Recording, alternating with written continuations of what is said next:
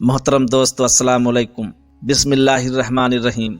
दोस्तों, आज के इस वीडियो में हम बात करेंगे एक ऐसी कौम के बारे में जहां अल्लाह तबारक व ताला ने दो पैगंबरों को एक साथ भेजा, लेकिन उन जालिमों ने दोनों पैगंबरों को झुठला दिया और बुरा भला कहना शुरू कर दिया। तब अल्लाह तबारक व ताला ने उन दोनों पैगंबरों की मदद के लिए तीसरे पैगंबर को भेजा। उस बदबख्त बस्ती वालों ने तीनों पैगंबरों को शहीद कर दिया।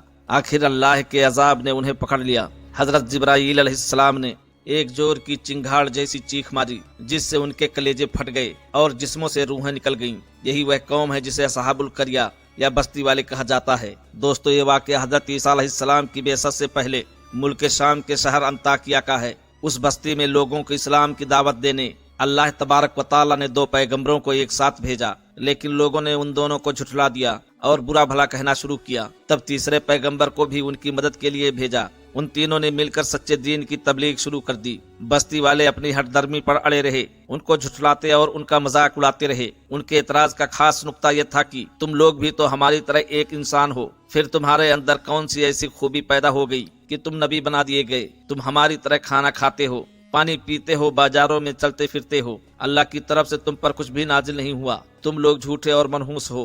तब पैगंबरों ने जवाब दिया, अल्लाह ताला अच्छी तरह जानता है कि हम उसके भेजे हुए पैगंबर हैं। हमारे जिम्मे सिर्फ यह है कि इस्लाम का पैगाम तुम तक पहुंचा दें, तुम्हें कुफ्र शिर्क और फितना व फसाद से डरा दें। मनहूस हम नहीं बल्कि तुम सब हो। तुम्हारी नहुसत तुम्हारे साथ लगी हुई है, जो तुम्हारे बुरे अमाल का नतीजा है। उस बस्ती के किनारे एक साहिबे ईमान शख्स ने जब सुना कि बस्ती वाले उन पैगंबरों की दावत सुनने और उनकी नसीहत को मानने से इनकार कर रहे हैं, बल्कि उन्हें सता रहे हैं और पत्थरों से मार मार कर उनको जान से मार डालने तक का इरादा कर लिए हैं, तो दौड़ा हुआ आया। उसने कहा, ऐ मेरी कौम के लोगों, अल्लाह की इन पैगंबरों की दावत मान लो, अपनी हठधर्मी छोड़ दो। यह लोग जो नसीहत तुमको कर रहे हैं तुम्हारी भलाई के लिए ही है। इस खिदमत के लिए तुमसे कोई मुआवजा भी तो नहीं मांग रहे। यह लोग निहायत नेक और पाकबाज हैं, अल्लाह के नबी हैं। इनकी बातें मानोगे तो तुम्हारा ही भला होगा। यह लोग यही तो कहते हैं कि उस एक ही अल्लाह की इबादत और पूजा करो जिसने हम सबको जिंदगी दी है और मरने के बाद फिर उसके पास हाजिर होना है। अगर मैं अकेले अल्लाह के अलावा दूसरों